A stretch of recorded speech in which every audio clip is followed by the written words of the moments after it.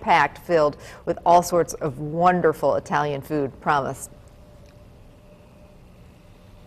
Now this recipe is inspired by a dish that I actually had at a restaurant recently. Ireland and I went to a restaurant. She ordered this, and I ended up eating about half of hers. We actually then went back again and ordered the same dish. It was just that good. I love doing that, where you go to a restaurant and you fall in love with the dish, and then you try and recreate it at home. So one of the reasons I think I love this so much is it's basically kind of an Italian version of mac and cheese. So it's grown-up mac and cheese, 3 different cheeses we're going to use, and a really fun pasta. And the pasta is called gemelli, and this is the pasta that they used at this one restaurant where we ordered this dish. Gemelli, we actually found it right at Festival Food. If you can't find it, you can maybe use a rigatoni or a tube type pasta, like a penne, something like that. But it looks like, I don't know if you can see it, or if Greg, you can get a close-up, kind of looks like a braid almost. It's basically like 2 pieces of pasta that are about 1 inch long, and they're twisted together. And it's a fun, different type of pasta, and the sauce really works well with this sauce. So we're going to get it boiling, and we don't want to overcook it. I've got 1 box. I want to cook it al dente because remember, whenever you're doing like a baked pasta dish, a casserole in this case, if we overbake the pasta, overcook the pasta, it's going to get mushy, and you don't want mushy pasta. So we're going to underboil it, and then again, remember, it's going to bake again in the oven, and always salt your pasta water too. So we're just going to let that hang out and do its thing. And I'm going to start putting the sauce for this together. This sauce is just lovely. It's creamy, it's rich and wonderful. Kind of reminds me of an Alfredo sauce, but it's got a little bit more flavor because we're actually going to use a little bit of gorgonzola cheese in it. Gorgonzola, of course, is that Italian blue cheese, but don't be afraid. I know there are a lot of people who say, I don't do blue cheese in any way. No, I don't. Well, every time I make, I'm known for one of my signature dishes is an Italian pasta bake with gorgonzola cheese. And every time I make it for people who don't like blue cheese fall in love with this, ask for seconds or thirds. That's because we're not eating this gorgonzola straight up, which I know, that's one of those flavors of blue cheese that kind of, needs to grow on you. You need to work your way into it for some people. It's too strong for some people. Well, we're really going to mellow it out. We've got different cheeses and a lot of heavy cream, so you're just going to have a hint of it. As I said, this was one of those dishes that we ate at a restaurant that Ireland just devoured it, and she's not a big fan of blue cheese. So trust me on this one. Just a little hint of this is going to add some great flavor to this dish. All right. Pasta's doing its thing. And I want to get to work on the sauce. First thing I'm doing is I'm heating 3 cups of heavy cream. This is the good stuff. And I want to heat it very carefully. I'm using a non-stick pan here. And we're using heavy cream because it's going to taste fabulous. But it also is going to mellow out that gorgonzola cheese. And we don't need to use any thickening. We don't need to use flour or butter or things like that. So I want to let that kind of come to a simmer, and then we're going to start adding the rest of our flavors. The other thing we're going to heat along with this is about 1/2 cup of chicken stock, which is, again, going to give this dish some nice flavor. Now, I've got some fresh garlic here, about 3 cloves of fresh garlic. It's an Italian version of mac and cheese, so we had to throw some garlic in, right? And I don't use any of those fancy gadgets. I just use the back of my knife. Give that garlic a good whack with the back of the knife, and then I'm just going to dice it up. If you have a garlic press that you work, and you love it, go ahead and use that. About 3 cloves of garlic.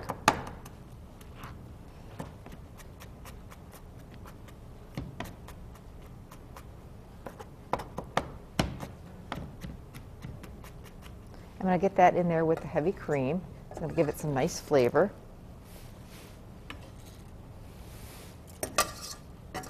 This is a real easy dish, but it's one of those kind of company-worthy casseroles because it is so unique and different and wonderful.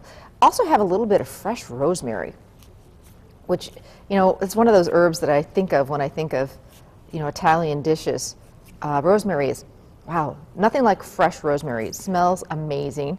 And you just basically take kind of like, looks like little pine trees. So you run your fingers down the stem and it just removes the leaves. And a little goes a long way. This is a very strong herb. We're using fresh rosemary. If you're using dried, you want to use even less, but there's nothing like the flavor of fresh.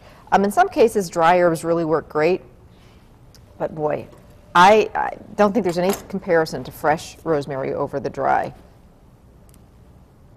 All right. Now I want to really give this a nice rough or nice chop because I don't want, you know, big pieces of rosemary in the dish.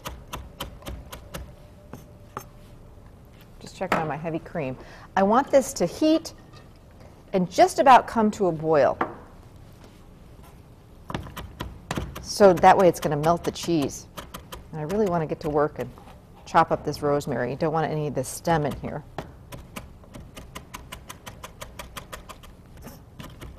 Oh, it smells good.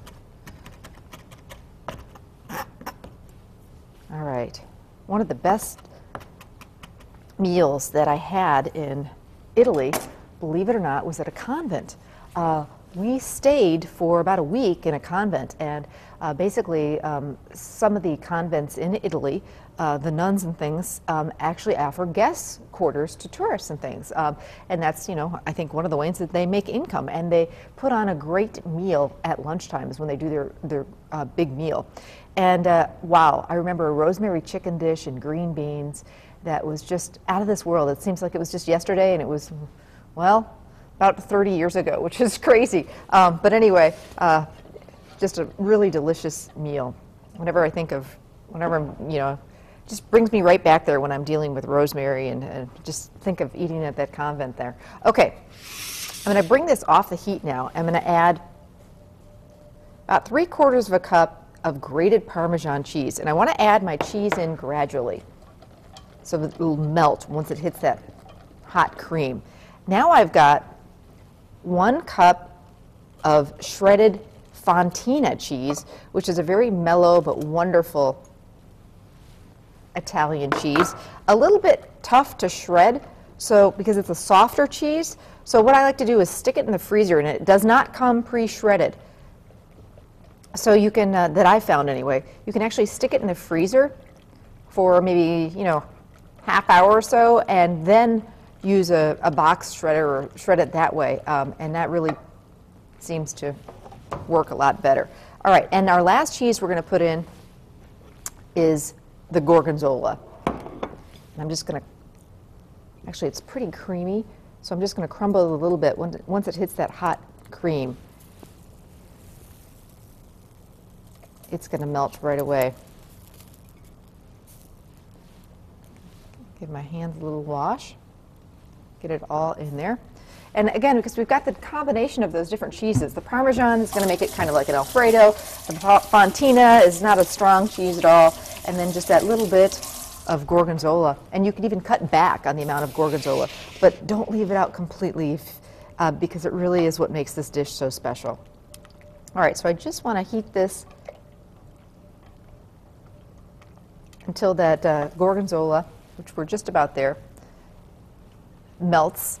Now, you know me, I like some crunchies on the top of my casserole. So I thought the perfect crunchy for this would be some herb and garlic croutons. So I'm always looking for different things to put on top of my casserole. Everything from pretzels to potato chips to tortilla chips, breadcrumbs. But this, I really thought croutons would be great. So I'm just going to crush them right in the bag. And they don't have to be super finely crushed. A little bit of chunk is great. So sometimes when you get down to the bottom of the bag of croutons, when you've got, you know, salad croutons, don't throw those out. Those make great toppings. Put them in another little Ziploc bag and they make wonderful toppings for your casseroles. Okay, this is looking great.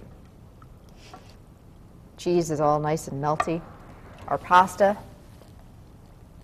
perfect. It's undercooked, but remember it's going to cook again in the oven. So about 8 minutes or so, maybe 8 to 10 minutes is all we need to boil that. All right, Now we're going to mix this all together.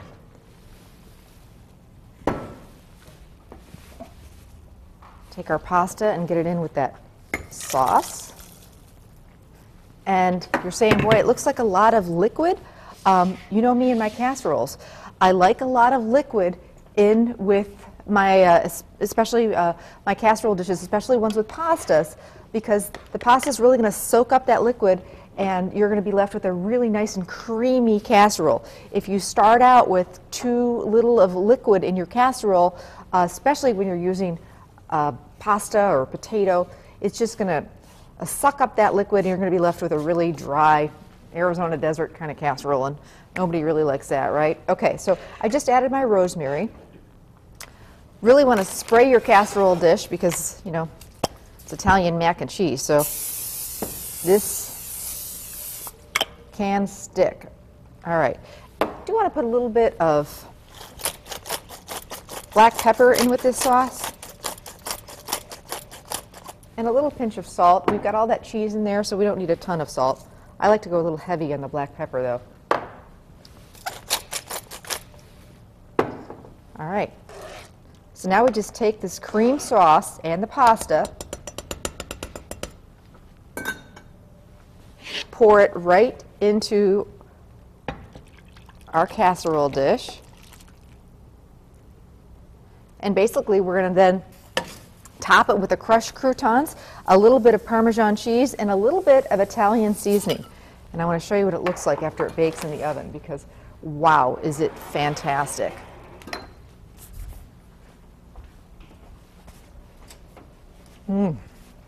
Bubbly, and the croutons just get nice and golden. Serve this with a delicious Italian salad, maybe some bread, and the tiramisu trifle I'm making for dessert. This casserole is definitely company worthy, and it is delicious.